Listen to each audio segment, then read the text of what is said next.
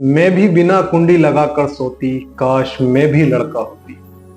झल्ली बनकर दौड़ती उड़ती फिरती, सारी रात दोस्तों के साथ फिरती, काश मैं भी लड़का होती।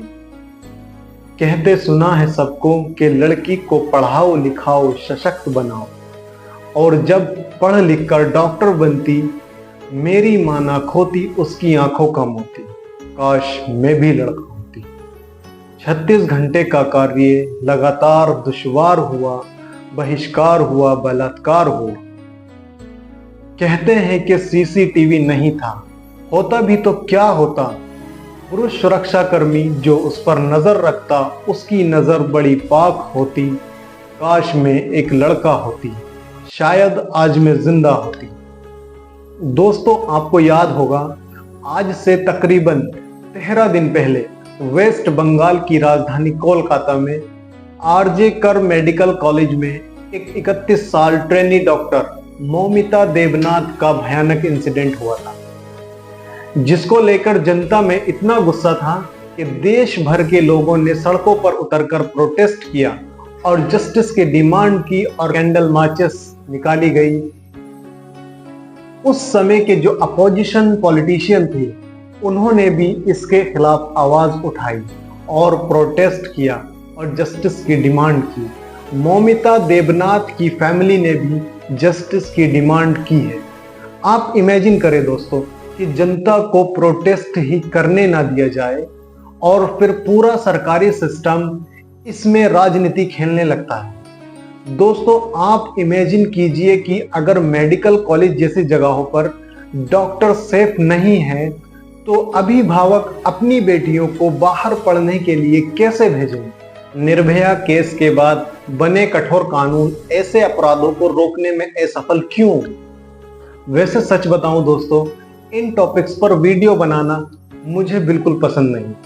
पहले जो क्राइम यहां पर हुआ है, इनकी घटनाओं को दोहराना अच्छा नहीं लगता। दूसरी ओर लोग इतना भड़काऊ हो गए हैं रिलीजन, कास्ट और पॉलिटिक्स को लेकर।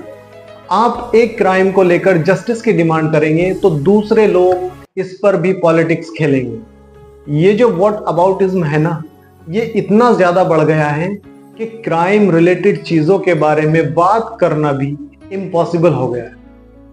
और इसमें कोई दो राय नहीं कि अनफॉर्चुनेटली आज के दिन हमारे देश में बहुत ही बुरी हालत है। वुमेन सेफ्टी को लेकर औरतों के खिलाफ जितने अत्याचार हो रहे हैं।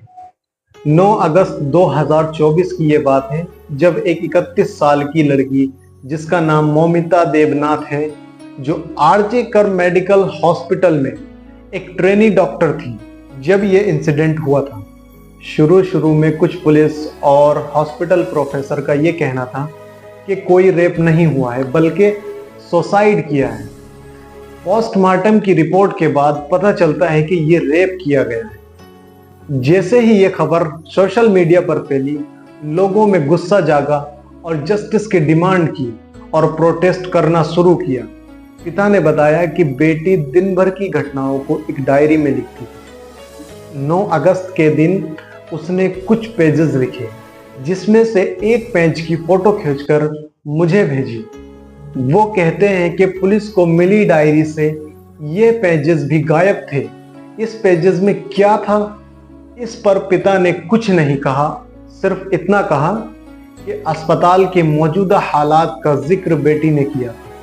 पिता कहते हैं कि डायरी के अहम पन्नों को फाड़ा गया। क्यों किया जा सकता है? क्या सोच सकते हैं आप? आपके दिमाग में पहली चीज क्या आएगी जब ये सुनोगे कि डायरी के पेपर को फाड़ दिया जाता? सूत्रों के मुताबिक अमूमन डॉक्टर्स पर डायरी होती है जिस पर वे दवाइयों के नाम लिखे रहते हैं, लेकिन इस डायरी के पेजेस को जिस तरह से फाड़ा गया, उससे शक होता है कि डायरी में कुछ लिखा था।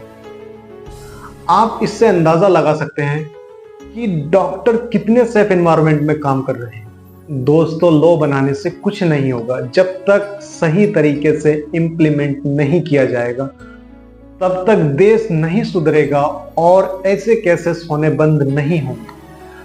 इम्प्लीमेंटेशन के लिए पुलिस का इंडिपेंडेंस होना जरूरी है। उम्मीद करता हूं दोस्तों कि जस्टिस मिलेगा, लेकिन तभी मिलेगा जब हम अपनी आवाज को उठाएंगे। थैंक यू दोस्तों, ऐसे इंफॉर्मेटिव वीडियो देखने के लिए